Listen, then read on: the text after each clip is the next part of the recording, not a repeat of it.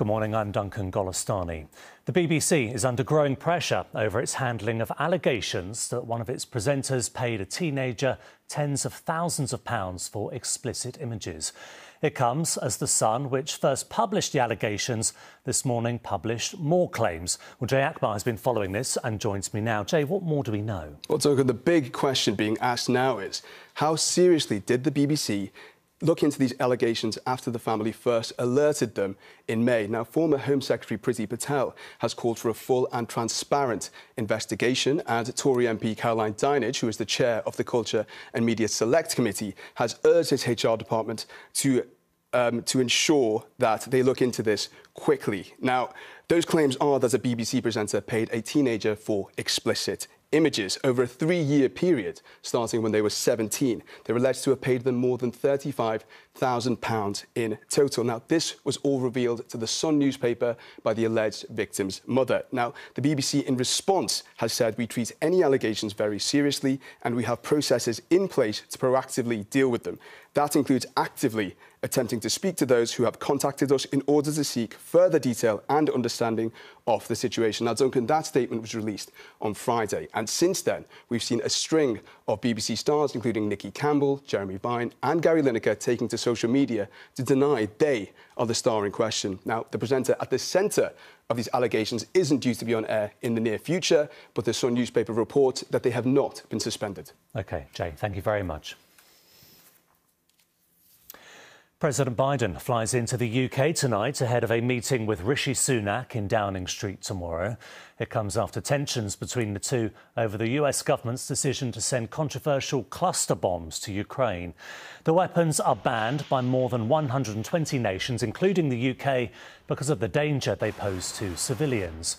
The Prime Minister has reiterated the UK's opposition to them. The President defended his decision before leaving Washington. It was a very difficult decision on my part. But the main thing is they either have the weapons to stop the Russians now, keep them from stopping the Ukrainian offensive through these areas, or they don't. And I think they needed them. 9 people are missing in central China after a landslide caused by heavy rain and flooding.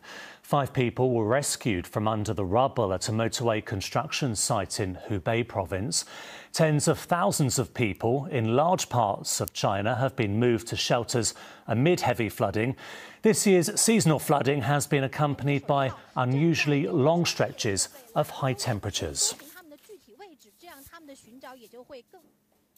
In cricket, despite the rain yesterday, England's men seized momentum in the third Ashes match at Headingley. They'll resume this morning on 27 for no wicket, chasing a total of 251 to keep their series hopes alive. And in front of a record crowd last night, England's women have also kept their Ashes hopes alive by beating Australia by 5 wickets in the latest international T20 at Lord's, with a reverse sweep from Danielle Gibson. As Wimbledon reaches the midway point, there are no British hopefuls left in the singles competition. Katie Boulter lost to defending champion Elena Rybakina last night. The British #1 was beaten in straight sets, 6-1, 6-1 on centre court.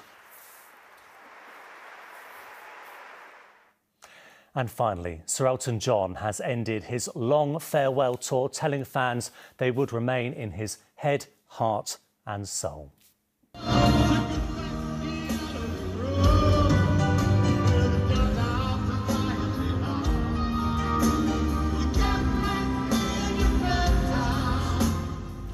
The 76-year-old's show in Stockholm brought to a close a 330-day run around the world that started back in 2018. It also brings to an end a career of touring over more than 50 years. He confirmed he won't tour again, but revealed he may do a one-off thing sometime in the future. And that is how it is looking this morning. We're back at 1:20 with our next update. Until then, good morning.